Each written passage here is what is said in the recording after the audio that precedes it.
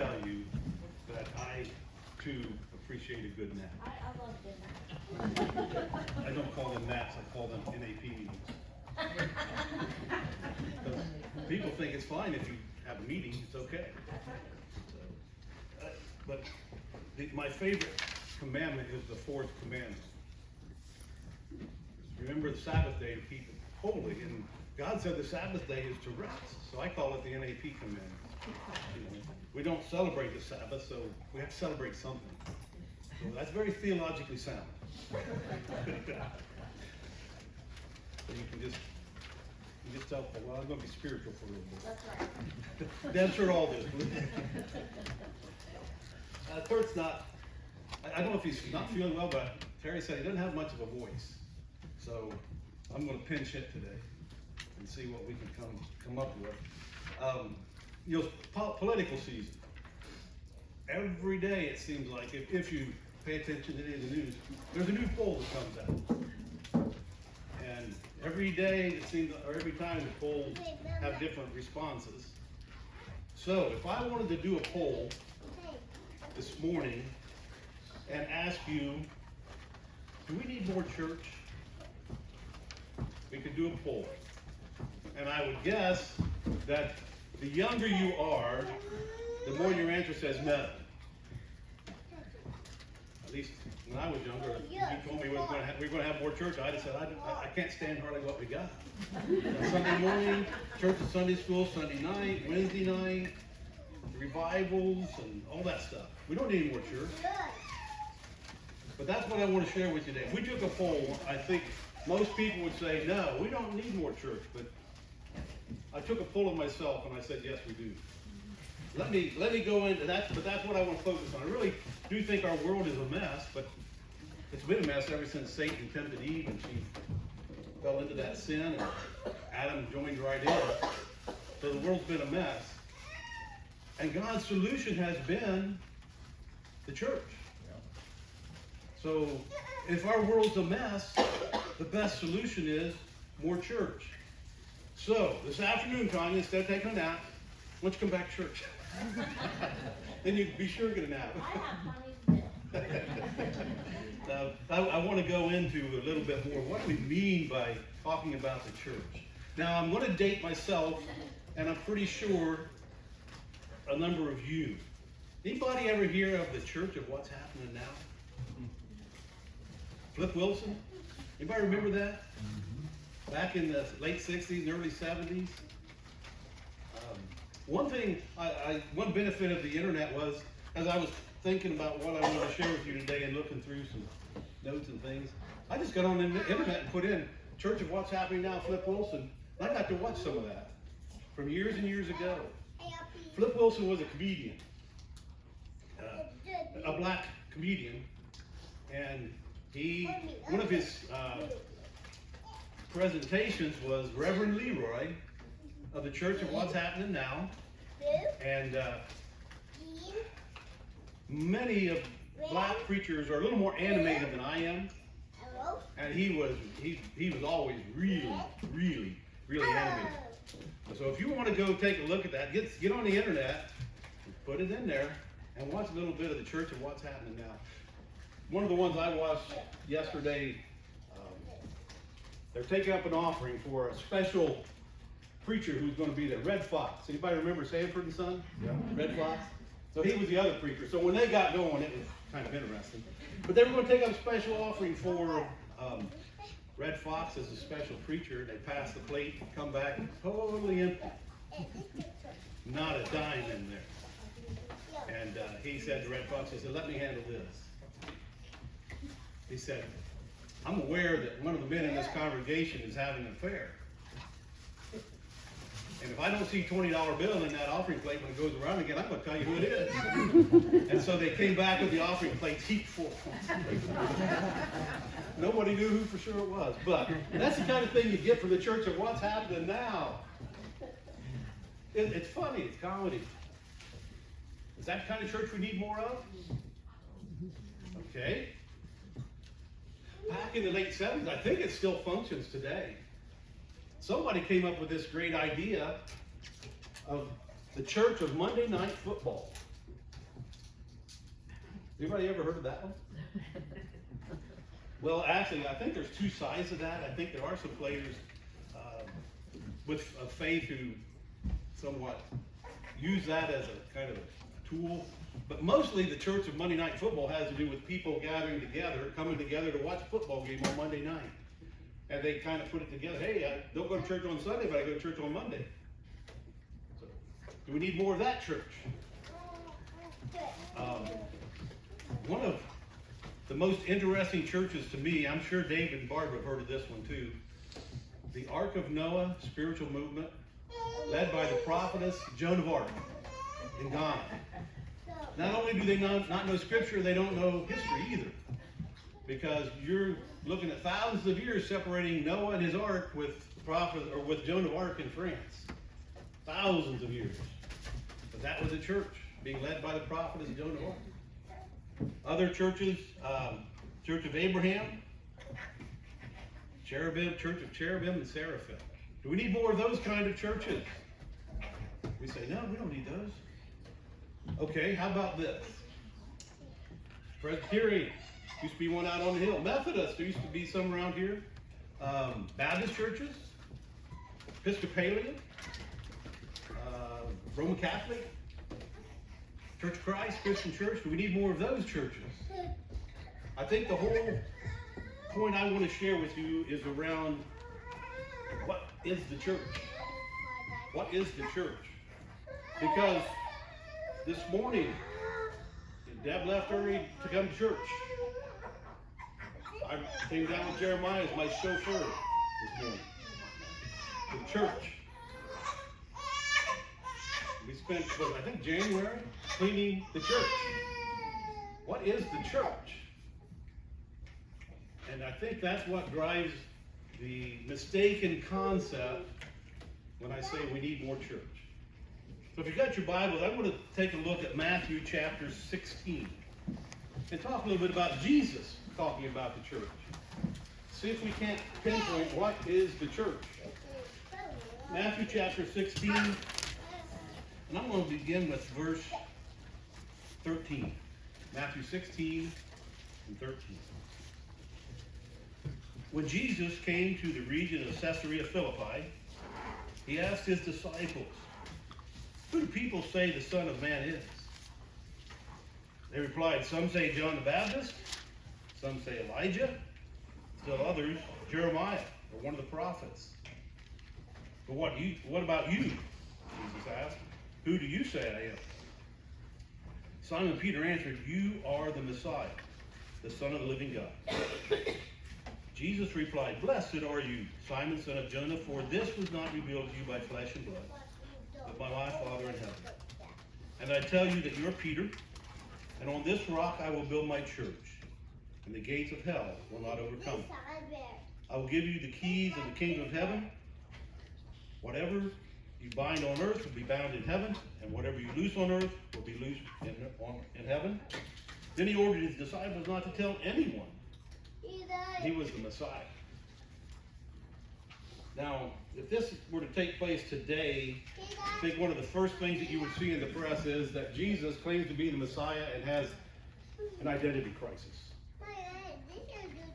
Because he's trying to find out who people think he is. And incidentally, I think this is probably the first record of a poll being taken, because that's just what Jesus did. Well, who do people say I am? Who do people say I am? And we have that kind of stuff going on today. How do we identify? And so it almost looks like Jesus doesn't know who he is. Who do people say that I am? Let me get a feeling of the pulse of the people, so that maybe I can find out if I'm getting along with anything. I don't believe that's what Jesus was trying to get at. But if he dealt with a media the way ours is today, and I'm talking about all the social media and everything, just as soon as Jesus has said this, you'd see something pop up on Facebook that Jesus doesn't know who he is. Or Jesus says he's going to overcome hell. That poll was not really a scientific poll. Jesus was simply asking. He knew that people were aware of him. And he was just trying to, I think he was trying to make a point to his disciples. Who am I? Who am I? He knew. He wanted them to know. Peter's response, I think, actually Jesus said, Peter, that wasn't revealed to you by flesh and blood. In other words, you didn't reason that out yourself. And if you know a little bit about Peter, I don't think thinking things out and reasoning things out was one of his strong suits. But he said, God revealed that to you. And then he built on that and he said, now, Peter, well, you're Peter. That name means rock. On that rock, I think he was using kind of a sermon illustration like I was using the Church of What's Happening Now and Flip Wilson, and just trying to express this to them that his church would be built on a solid foundation and hell would never be able to destroy it. Oh, so what is this church? Well, one more thing. Why didn't Jesus want anybody to know? Why did Jesus tell his disciples, don't want anybody to know about this yet? I believe it had to do with the fact that his time had not yet come. And I don't think, you don't understand this yet, Peter, John and James and Thaddeus and Nathaniel, you don't understand this, so don't go out and broadcast it till the right time. And that right time came by the day of Pentecost. But this is what Jesus said. Verse 18, I tell you that you are Peter, and on this rock I will build my church. And the gates of hell will not overcome it. What did he mean by that? I will build my church. If you take a good look at this church, if you look down underneath, there's some rocks there. I think those are sinking back there. I don't know. That's just me. It just seems like it kind of slopes downhill. But this church is built on a foundation. And that's what Jesus was talking about. His church, and if you read in Ephesians, Paul says the church is built on the corner. Jesus is the cornerstone of the church, and the apostles and the prophets, which we can look at as scripture now. That's the foundation of the church, and we are the building. I believe that's where Jesus is going. The church is not a building, although we use it, that term, but the church is not wood and metal. I don't know if everybody, I don't know if you guys have seen this, all you kids. Used to be when I was a little kid, you know, we do this thing. Here's the church, here's the steeple, open the doors, and where's all the people? Then you would do it this way.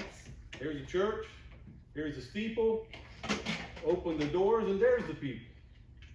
I thought it was pretty creative, especially when I was about Colts age. You know, give something to do. We didn't. My mom and dad went up and take trucks to church. We changed that with Micah. Jeremiah, I think we did some of that with him. Only his truck was a lot bigger. We had to make sure he took small. But the church is really what the people. And that's what Jesus wants his church to be. So let's talk a little bit about this church. I read a story once about a family.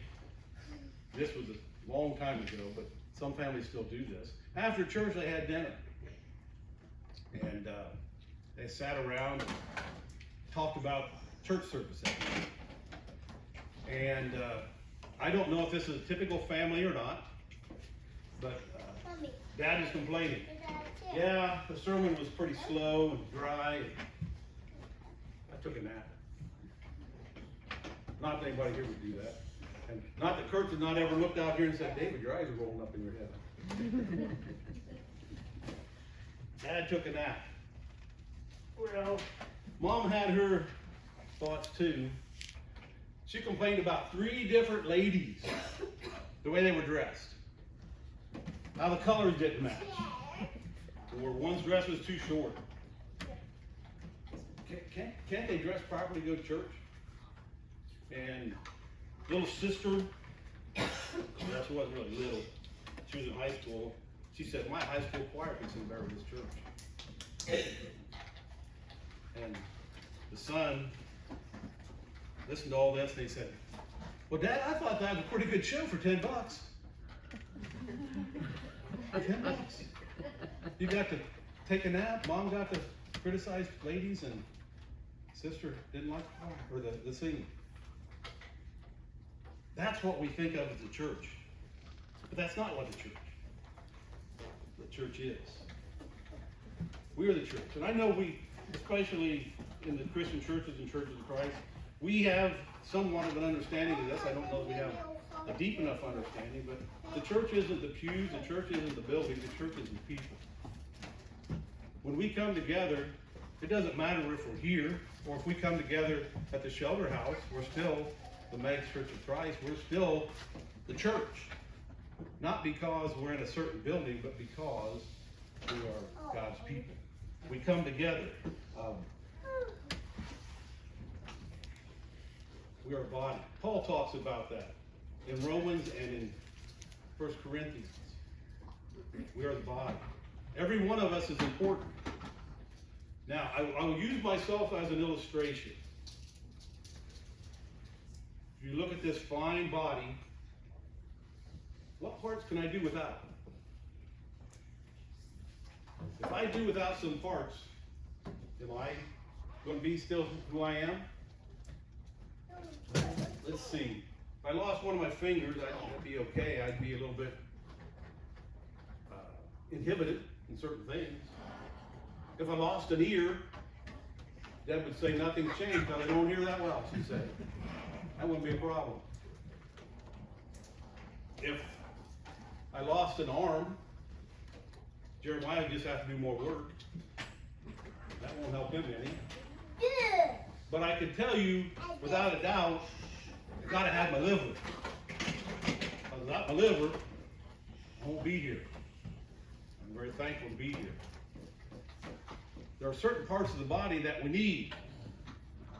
But when any part is missing, we're not complete. Think about that for a minute. There are certain parts of the body we need. But without all of it, we're not complete. Think about yourself. If you were missing your right foot, would you feel complete? Could you be who you are and do what you do? I'm telling you, you can still now. You're going to get hit with that one time. I like those. I like that. So, but when any part of the body is not there, the body's not what God intends for it to be. So the church is not a service at an appointed time. It's not limited to that. What we do here is very much part of the body. We do see each other. We encourage each other. We give each other a hard time sometimes. We come together to pray. We worship together. That's part of who we are.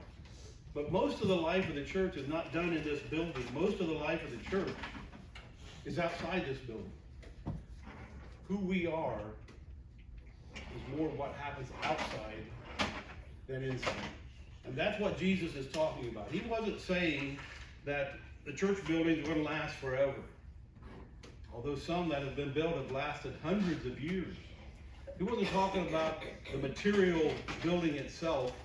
He was saying that his body made up of his people, hell would never be able to overcome. And that's what our world needs more of today. That kind of a church. Ministry happens in our homes. It happens in our neighborhoods. It happens at our jobs. It happens at school. It happens when we're in the grocery store. It happens when we buy gas. It happens when we stop at McDonald's. Anytime we come into contact with people is an opportunity for us to show Jesus Christ in our lives. You see, the church is supposed to be a community of believers, not 1 hour on Sunday morning. This is part of who we are. It's not all of who we are. So the local church is the focal point of God's work.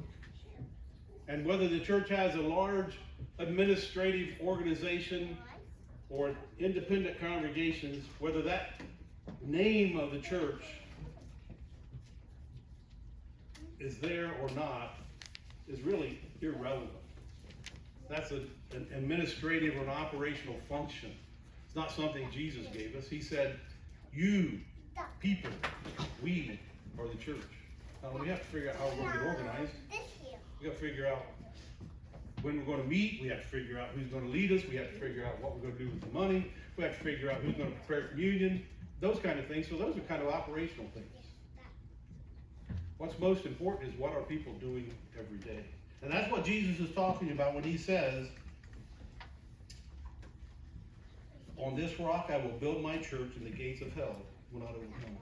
I think this is an important message for us to grasp and let sink deep into our hearts and minds in the world we live in today. It's a message that the church should always take to heart, but it's very easy for us to look around. How many churches have you seen that are closed in the last 5 years? Do you know of churches that have actually closed their doors because attendance is down, or they can't financially sustain the work? See, it appears that the church is going backwards in our country. It appears that way. But Jesus Christ himself said that hell will never overcome his church. We need to pay attention. There's a story in the Old Testament about the prophet Elijah. And I know you're familiar with it. Elijah on Mount Carmel, how he and the prophets of Baal had a little competition. They didn't have Monday Night Football, and they didn't have Flip Wilson with the Church of What Happened Now. So they gathered together and watched these two groups of prophets have a battle.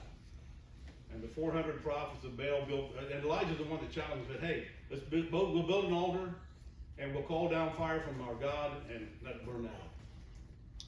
So Elijah let them go first. They did all their things for about 3 or 4 days, and nothing happened. So Elijah said, well, it's my turn now, guys. And he built his altar, and he built a trench around it, and he had them bring water up and soak the wood and the altar and water around the altar. And he called on God to send fire from heaven. And God did. Burn up the sacrifice, the wood, the stone, evaporated all the water. And Elijah was God's prophet. The power of God had been evident to everyone who was there. And the reaction was they killed those 400 prophets of Baal. And because of that, the king told his wife, and his wife said, that man will be dead by tomorrow night. And here's a man who stood against 400 prophets of Baal. And Jezebel said, he'll be dead tonight. And he ran. He ran and he ran. And he got into the same state I believe much of God's church is in today. He ran till he came to a cave, and God spoke to him and said, what are you doing here? He said, I'm the only one. Nobody else in this nation honors you, God. I'm all by myself. And how many times do we as Christians say, I'm by myself? Who else? Or we look at as a church and say, who else is out there to honor God besides us? And God's answer was the one that I think we need to pay attention to. He said, quit feeling sorry for yourself. He said, I got 7,000 people out there who have never, ever bowed the knee to Baal. There are God's people all over this world, and we don't know about them. But God doesn't tell us we need to know about them. God doesn't tell us our job is to stay on top of everything that's happening in the world. God tells us our job is to be faithful to Him. God tells us that we are to be His church that does His work. God tells us that we are to be His church that lives out the hope that we have in Jesus Christ. So, real quick, I believe we need more of that kind of a church. And it starts with you and me. Are we the kind of church that is faithful to God when we go outside the door? That doesn't mean that we have to preach a sermon. Doesn't mean we have to sing a song. Doesn't mean we have to read scripture to people. Are we faithful to God in our dealings with people? Do we honor God in those things that we do? Or do we show God or do we show the wrong side of God's people to a world that needs hope? You see, we are the message of hope. I believe that one of the greatest witnesses of the church to the world is God bringing together people from different backgrounds, people who have different thoughts about many things, and brings us together to do something in common, and that is to honor God. We gather to worship together. We reach out in the world together. We share the hope of Jesus Christ together. Not because we found some kind of a mechanism that makes us all get along, but because together we want to honor God. And if that's what brings us together, the desire to honor God and be faithful to Him, we can be the church that the world needs to see. It's very easy for us to forget that when Jesus said these words, when the day of Pentecost came in Acts chapter 2 and the church grew from then on, it's very easy to forget that they weren't in a godly nation. They didn't live in a world that knew about God. They didn't live in a world that had the hope of Jesus Christ. They took that message to the world and changed the world. And you and I are in the same position they were. We live in a world that doesn't honor God. We live in a world that doesn't know the hope of Jesus Christ. We have the opportunity to let God change that world. So this morning, I ask you again, do we need more church? Do we need more church? My second question then, because I'm saying, because I have so eloquently laid it out, everybody's convinced, oh yeah, we need more church. My last question is, are we prepared to be that church? Are we prepared to be that church? That preparation begins by giving our lives to Jesus Christ. And if you're here this morning and you're not a part of the Lord's church, we invite you to come as we sing an invitation here in just a moment and join His church by being baptized into Jesus Christ for the remission of sins and the gift of the Spirit. And join us in taking the message of hope to a world that needs to hear it.